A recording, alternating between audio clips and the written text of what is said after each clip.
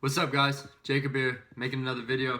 In this video, I'm going to go over the techniques I used to run the 4x4x48 challenge, okay? And, if you don't know what that is, essentially I ran 48 miles in 48 hours, and I did so on about 6 hours of total sleep over 72 hours, okay? And, one thing that I've started doing is I've started these videos with, a little bit from a book. And I want to start with this one, okay? This is called The World's Fittest Book. It's by a guy named Ross Edgley. And Ross Edgley is essentially this fitness phenomenon who trains his body to perform different tasks that are something kind of like the 4x4 challenge, which, most people are like, that's impossible, or, there's no way I could do that. But he essentially shifts his body and develops it into something that is capable, okay? And on this chapter, he's talking about something called work capacity and progressive overload, which I'll explain in a second. But he's talking about it leading up to this rope climb that he did. And essentially this man, Ross Edgley, he scaled the height of Everest on a 10-meter rope. Okay, and so what that means, right here it says, our concept was simple. We would attach a 10-meter rope to the top of a tree, or to a tree branch, for 24 hours, or as long as it took. I would climb this rope repeatedly. I would finish once I had scaled the height of Everest. Okay, and so that is 8,848 meters. So he had to do that. He had to climb that rope, let's say 880 times or something like that, right? And you hear that, and that's just crazy, right? It's like, how can you ever get your body to be able to do something like that? And, in this book, he's talking about this thing called work capacity. And work capacity is essentially, it's the amount of work that your body can do in a certain time period. And in order to develop work capacity, you slowly, progressively overload the amount of work that your body is doing, okay? And, it's that simple concept of, getting 1% better at whatever you're doing every day, right? And right here it says, to decrease your training intensity by 5 to 15%, but to increase the volume by 20 to 50%, right? It's kind of a concept of like, instead of working so hard, work a little bit less hard, but work for a longer period of time, okay? So instead of, running as fast as you can for 30 minutes, run at a slower pace for 45 minutes, and then 50 minutes, and then 55 minutes, and then 60, and slowly develop a higher work capacity, okay? And that's going to lead into the first note on kind of my preparation for the 4x4x48 challenges. Essentially all year I've been building my work capacity. For the last 4 weeks I've been running 20 plus mile weeks, and a 20 plus mile week really isn't too bad for me. I was also working out with weights and stuff almost every day, especially with COVID going on. I've been doing 2 days almost every single day, right? And 2 days can actually be really simple and really easy for your body. You just have to develop your body to be able to do something like that, right? I hope that light is better. And so you have to increase this work capacity. You have to, progressively overload your body with a little bit more volume at a lower intensity, okay? So, going into here, I have the 3 keys, the 3 steps that I kind of followed. It's the preparation for the 4x4. I have the focus during, and then the fuel during, okay? And these are all very important.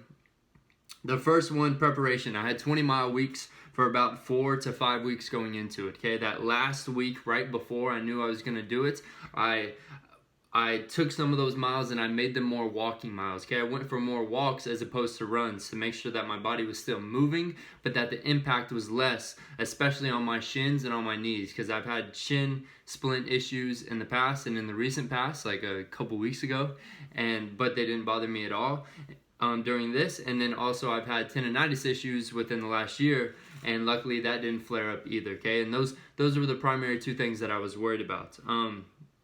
Another thing, preparation for this, is I ran everything on a track, right? And I talked about this in the last video. I ran everything on the track for 2 reasons. One, to minimize impact. I knew it would be better for my knees. It would be better for my shin splints to run on this track and have less impact on my joints. And then also, there's the mind aspect. I think I ran something like 190 laps around a track. And, there's the mental aspect of, that second run at 4 in the morning after only sleeping for 4 total hours. where you're running lap 150 and you're just like, what is going on right now? And and that's going to shift into this next part. And this part is the focus. It's the focus that I brought to what I was doing. When I was going into this, I had no idea that I was only going to sleep 6 hours, and I also had no idea that I'd be able to do this on only 6 hours of sleep in 72 hours. I've never, I'd probably get more than 6 hours of sleep most nights, right? But to only sleep for 6 hours in 72 hours in 3 days, and to still be functioning, like that night on my last day after I was done, I still didn't go to bed till like 10:30 or 11. And even last night, it's like my body, my mind is good now. It's just my body, is having to catch up a little bit. And I think the reason I was able to handle this so well is because of the focus that I brought to what I was doing. I was very disciplined while I was doing this. And another reason my body held up so well for these 48 miles is that after every single run, I would stretch. Before I would try and take a nap, before I would do anything else, I would stretch. And before my run, so essentially there's this 4-hour time period, right? As soon as I finished running, I would do my stretching. And then for the next 2.5 hours, I would do whatever I had to do, whether it was trying to sleep or eat food or do homework or whatever it was. And then once I was about an hour away from my next run, I would stretch again. I would do all the same stretches that I just did, and then I would also activate my muscles. Okay, I would go through the same warm-up every single time. I did it 12 different times, to where I would activate my glutes, I would activate my hamstrings, I would stretch my quads, and I would stretch my calves. So essentially I'm turning on the muscles that make you run, and I'm loosening the muscles that get really tight and cause issues with my knees and my shins. Okay, so and I would do that, before every run. And in a future video, I'm gonna just go over stretching and activation, because I think these are the two things that have helped me prevent injuries and kind of cure the symptoms of past injuries that I've had. Okay, but I'll go through that more in a different video of what exactly I do before every run. Stretching and activation wise, and then what I do after every run. Okay, and then this last part for focus is I would meditate. Okay, and I almost valued the meditation more than sleep, because while you're in this, your mind starts to want to reject what's going on, right? It's like that feeling of when you're doing homework, let's say, or you're studying, or just doing something that you hate. Maybe it's at your job, and your mind is like, screw this, I don't want to be here, let's go. Right? And you start to really build up a lot of resistance for what's going on. But whenever you meditate, you start to eliminate that resistance. You start to accept everything that is coming forward. Okay, and I would try and meditate either right before or sometime in that middle period around 2 hours between runs, where I would try and meditate for about 5 to 10 minutes, just to reset my mind, just to refocus and realize what I was doing, just to try and harness this power that's inside of me that comes with stillness and not rejecting the present moment, not resisting what's going on, and so the meditation, I think, was one of the most important things. I probably meditated for a total of an hour, anywhere from 5 to 10 minute spurts within there, and looking back, if I would have increased one thing, I probably would have meditated more to make it a little bit easier. But still, the meditation is what got me to be able to do this with only 6 hours of sleep. The meditation is what, got me to go at 4 a.m. without hating the entire thing. Like there were very few moments where I was like, man, I don't want to do this anymore. And those moments only came really when I was waking up from an alarm, right? Which only happened like 3 times, where I was like, man, I don't want to do this anymore. And I was like, hey, this is what you're doing. And I would go meditate, and I would relax, and I would find the stillness, and I would find this power that kind of, just comes with being. And I think meditation is this key to unlocking the power that's already in you, to unlock that stillness, to decrease the anxiety, to get rid of the depression, to be able to focus and find light in your path. That's what meditation does for you, right? And so, that was how I found my focus during the run. I would stretch, I would activate my muscles before every run, I would stretch before, and I would stretch after every single run, and then I would also meditate in between bouts, okay? And then finally, this last one, the fuel, okay? Going into this, I outlined it, and it was about 10,000 to 12,000 calories that I burned, okay? And, I was like, man, I'm going to have to eat a ton, because when I ran my marathon in December, I really didn't recover very well because I wasn't eating enough, and I lost like 10 pounds in a week because my body was like, yo, what just happened? You know, like, we need food. And I was intermittent fasting at the time, and I was kind of on a lower calorie diet, and I should have done more food, but I didn't. And, you know, I kind of reaped the consequences of that. So going into this, I was like, man, I need to make sure I'm eating a ton, right? And at the very beginning, you know, I did eat a ton, and I ate a bunch. And that third run, that first 4 a.m. run was awful because of that. So my body didn't have time to digest food in between these 4-hour runs, because your body just doesn't work like that. Whenever you're running, your body's focused on running. After that, it's focused on recovery. When you put food into it, your digestive system starts to work, but all of a sudden you're running again.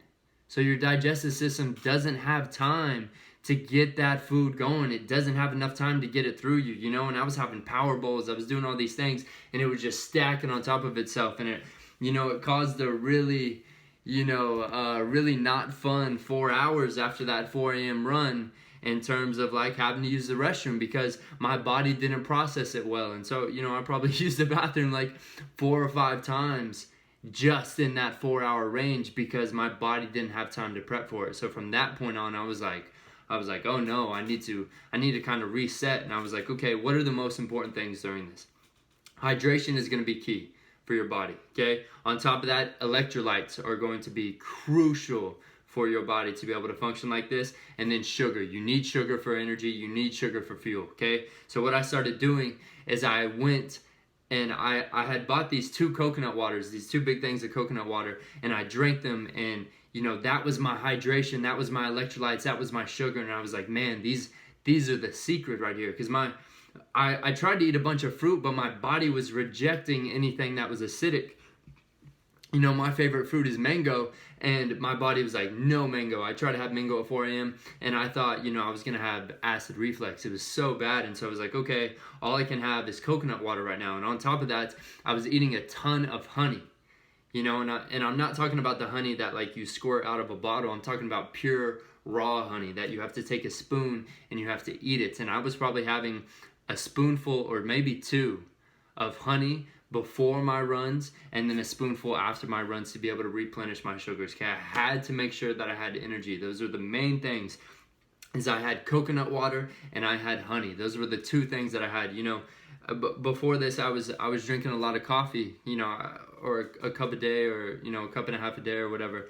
And during this whole time, I probably had a total of half a cup of coffee. And the reason I did that, you know, coffee does have benefits in terms of running, but when you're going for 48 hours, every 4 hours, you don't want to spike at the beginning and then fall, and then all of a sudden that 4 a.m. run hits, or that 8 a.m. run hits, and your energy levels are low, okay? You want to stay on a flat line the whole time, and that's why I decided not to have any coffee, because I didn't want to jump up at 4 a.m. and then crash for my noon run, and, you know, not be able to finish, not be able to compete. So I didn't have any coffee, I didn't have any caffeine. The main things I stuck to was coconut water and honey. The foods that I ate, you know, after that, I had a salad, I had protein shakes, I had some chia seed pudding, but everything I had was light, okay? I couldn't eat very much, unfortunately. You know, I probably lost, I don't know, probably like 2 pounds. I'm a lot skinnier than I was beforehand in terms of muscle, but, you know, I couldn't eat a bunch of food while I was doing this because my digestive system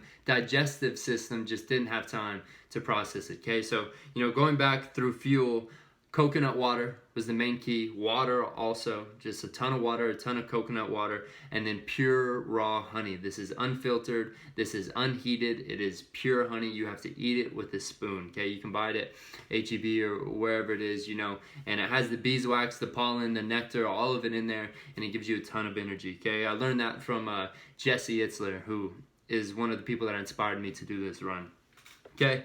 And so, yeah, going back through these 3, the main thing, preparation, progressive overload, and work capacity, slowly building up my ability to be able to run for essentially, for 48 miles in 48 hours on only 6 hours of sleep. Okay, I had to train my body to be able to get in a state to do so. To be able to maintain it while I was doing it, I had to stretch, I had to activate my muscles, and I meditated. Okay, this kept my mind in the game, and this kept my body in the game. It made it to where I didn't cramp up at all. I didn't pull any muscles. I didn't have any imbalances in terms of activation, to where my body was running smooth with every single run. And then finally, the fuel for this: a ton of coconut water, a ton of water, and a ton of honey. Okay, I had protein shakes, probably like 2 or 3. I had some chia seed pudding with fruit in there, which was really good. And then, fruit. That's about it. Okay, mango slices, dried mango. That was crucial. Okay, but I just wanted to share that, just to give an idea of what it takes to be able to do something like this, right? A lot of it is mental, okay? And a lot of it was the meditation and, first committing myself to doing this. And then on top of that, the stretching, the preparation, and then the fuel, okay? But I just wanted to share that. This is probably going to be the last video I make over this topic, because, I want to share a lot more other than how I did a run, okay? But thank you guys again for all the support. Thanks for, everyone that motivated me during this time. And yeah, if you want to do it, reach out to me. But other than that, you don't have to run 48 miles in 48 hours to be a badass. Just go out there and do something, and that, that puts you a lot higher than you were before. So go get after it. Thanks for watching the video.